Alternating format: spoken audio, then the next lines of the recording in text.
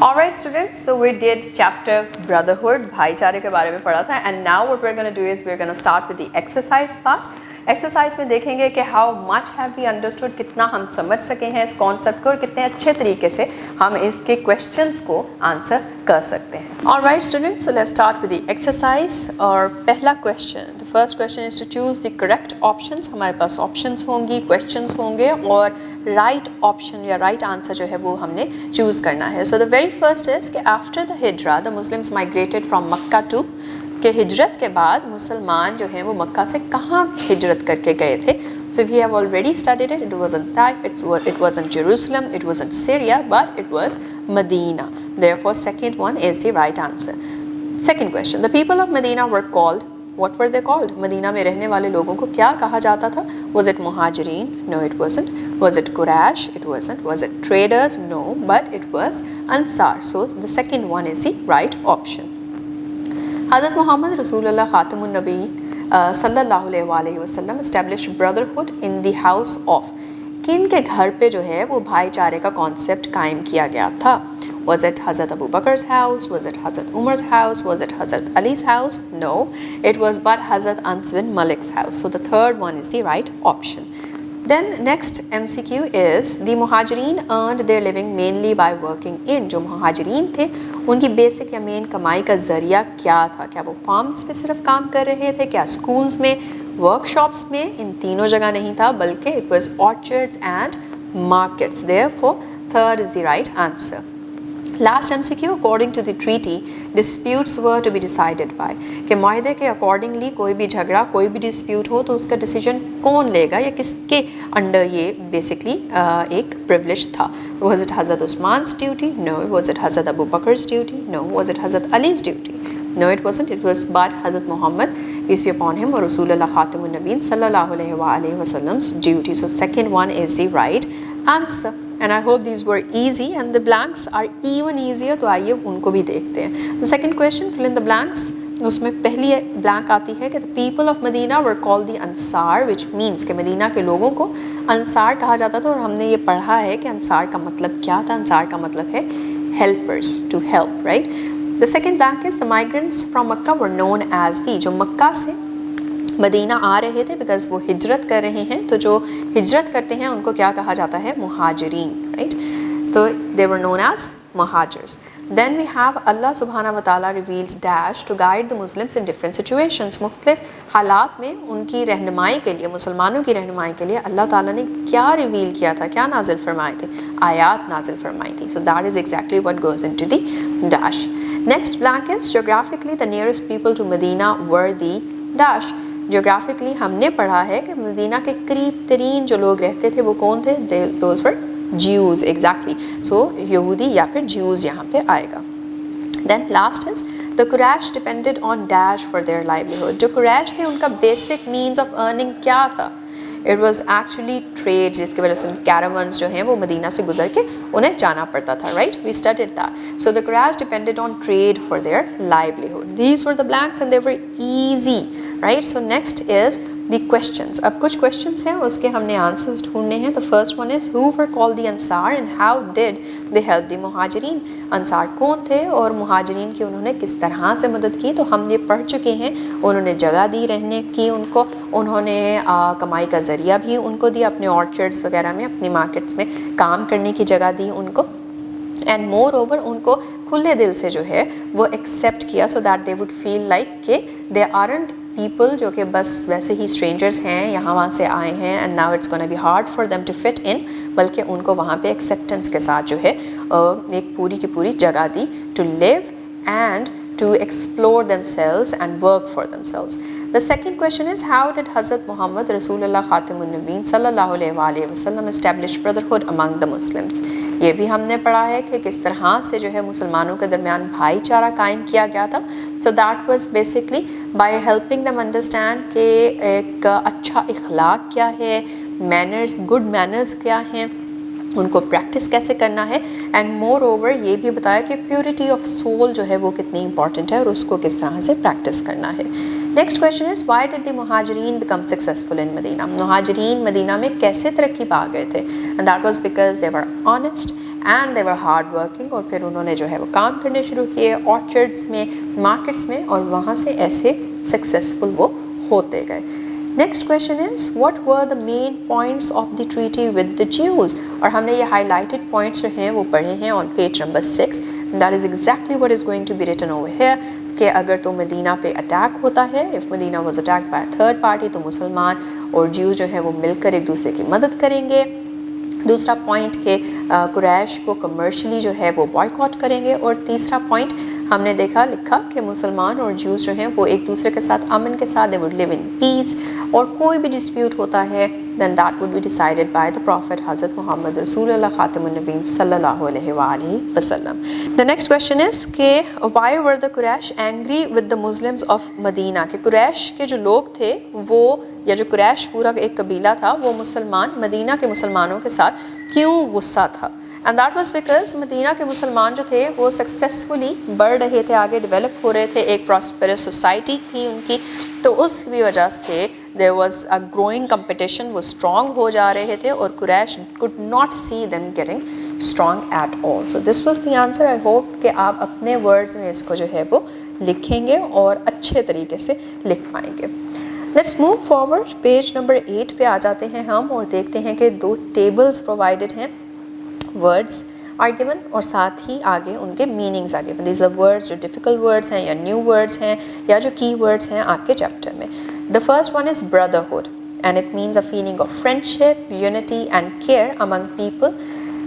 के एक फीलिंग होती है, एक तो दोस्ती की, यूनिटी मतलब एक दूसरे के साथ मिलके जो रहते हैं उसकी, एक दूसरे को अपना समझने के चलने की, और केयर एक दूसरे का एहसास जो है, इस सब फीलिंग्स को हम ब्रदरहुड के अंडर जो है वो अम्ब्रेला टर्म के अंडर रखते हैं.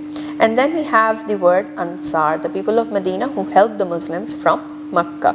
अंसार वो लोग थे जो मदीना रहते थे और उन्होंने मक्का से आने वाले मुसलमानों की मदद की थी. The third word is मुहाजिरीन. मुहाजिरीन were the Muslims who migrated from Makkah to Medina. वो मुसलमान जो मक्का से मदीना हिजरत करके आए थे. Fourth word is migrated, move from one place to another to live. सिर्फ एक जगह से दूसरी जगह जाना नहीं, बल्कि एक जगह से दूसरी जगह जाके रहना, वहाँ पे रहने के लिए जाना इज़ लाइक परमानेंट जो शिफ्ट हो या ट्रांसफ़र हो एक जगह से दूसरी जगह, that is basically known as migration.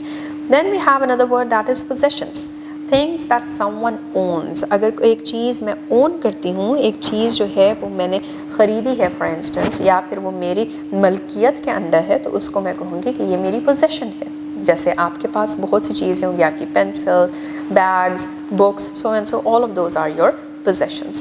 Next word is self-reliant और उसका मीनिंग आता है able to support oneself without help. Self-reliant इंसान खुद मुख्तार होता है, वो अपनी मदद आप कर पाता है. Another word is harbor, kept hidden feelings for a long time. Harbour का मतलब होता है अपने ही अंदर जो है वो कोई चीज़ रखना, मतलब हिडन रखना, सीक्रेटली उसको रखना अपने दिल में.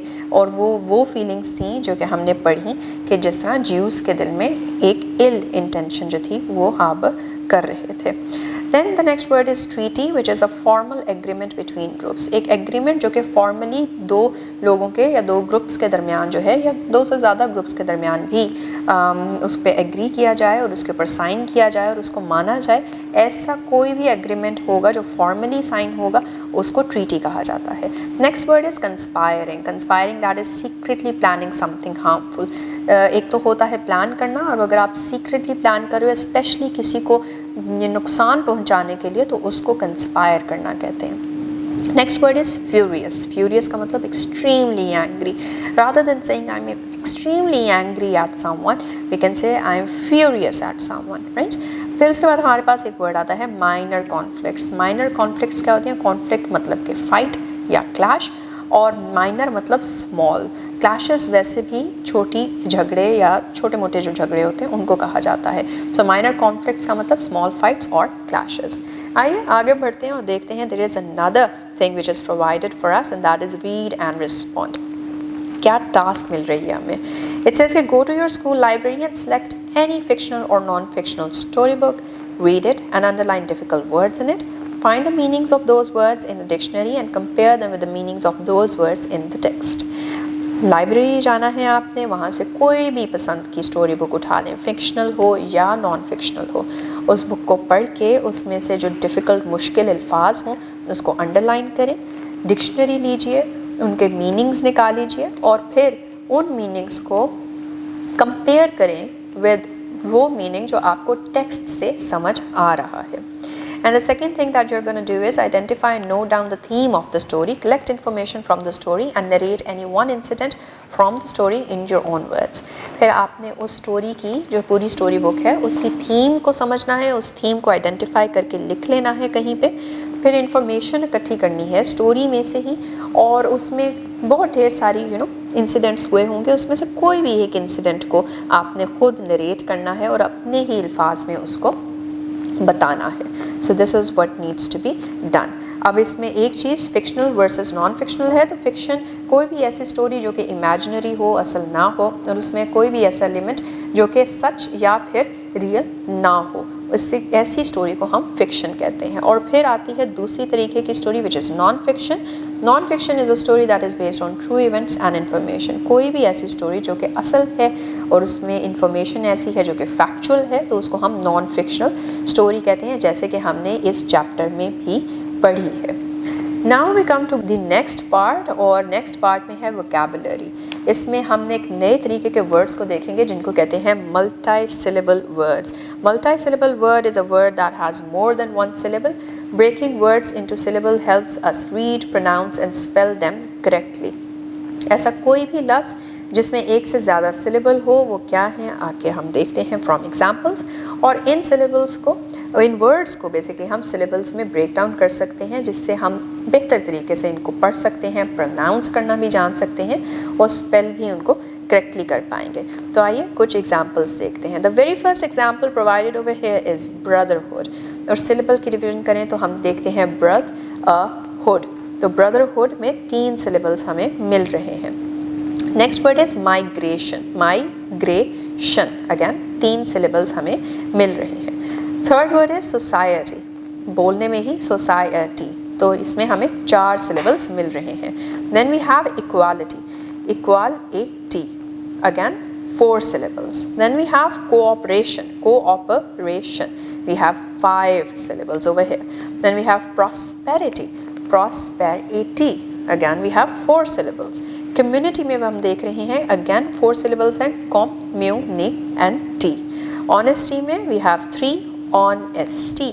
और फिर last we have guidance. तो guide and ends. Guidance. We have 2 syllables. And the next type of words which we are going to go forward with are compound words. Compound words होते क्या हैं? Compound words are formed when 2 meaningful words join together to make one new word. जैसा हमने syllables में देखा, brotherhood का कोई ऐसा सच मतलब नहीं है. Migration तो एज सच GRA का कोई मतलब नहीं है. लेकिन कंपाउंड वर्ड्स की जब हम बात करेंगे तो ऐसे 2 वर्ड्स जिनका ऑलरेडी कोई मीनिंग होता है उनको इकट्ठा जोड़ के हम एक नया लफ्ज़ बनाएंगे.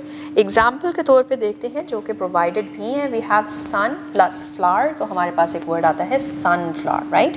इसी तरह से rain plus bow and we get rainbow. इसी तरह से class plus room we get a classroom. ऐसे ही tooth plus brush we have toothbrush, और फिर play plus ground we have playground. I hope you can think about some words on your own as well. Yes. इसी पे हमारे पास एक छोटी सी task है. Let's see if we can do that. Match the words to form compound words, then use them in sentences. For example, head है, तो head के साथ आप आगे कौन सी चीज़ जो है, क्या हेड कोट कोई वर्ड है? नो. क्या हेड बॉल कोई वर्ड है? नो. क्या हेड लाइट कोई वर्ड है? I think yes, right. Head print है? नहीं. हेड स्टॉर्म है? नहीं. तो head light is the right word. We are gonna join those together and come up with a sentence. इसके बाद we have another which is foot. Foot coat, football, footlight, footprint, footstorm. So what we have heard and what we know is कि football is one word that makes sense और इसका हम sentence बना लेंगे. For example, I play with football, right? It's on you. You can make a sentence however you want to. The third is thunder. Thunder coat, thunder ball, thunder light, thunder print या फिर thunderstorm. So thunderstorm is actually what the word is, जो कि आपने सुना भी होगा. और thunderstorm का हम सेंटेंस बना लें. For example, I feel scared when the thunderstorm is there. Yes, कोई भी sentence. Then we have basket, basket coat, basket ball, basket light, basket print, basket storm. So what we know is कि basket ball is a thing और इसका हम आगे sentence बनाएंगे. And ऐसे ही last में we have rain, rain coat, rain ball, rain light, rain print या फिर rain storm. So rain coat is something which can be worn. तो उसका हम फिर sentence बना लेंगे. It is good to wear a rain coat when it is raining outside, for instance, as such. आगे जी हमारे पास आती हैं कुछ sentences जिनको हमने complete करना है. The cars dash were very bright at night. What do you think? The cars dash were very bright at night. Lights were very bright. Yeah, headlights were very bright at night. I saw a camel's dash near the shore. What would you see? I saw a camel's footprint near the shore. That could be. She wore a dash because it was raining. Again, ऊपर वाले compound words में से she wore a raincoat because it was raining. There was a loud dash last night. There was a loud thunderstorm last night. We watched a dash match on TV. We watched a football match on TV. Alright students, so what we did for now was कि हमने questions देखे जो कि हमारे chapter से related थे, and other than that हमने multi syllable words को समझा, हमने compound words को भी समझा और हमने उससे related questions भी attempt किए. Inshallah with another topic we will be back. Till then, take care and Allah Hafiz.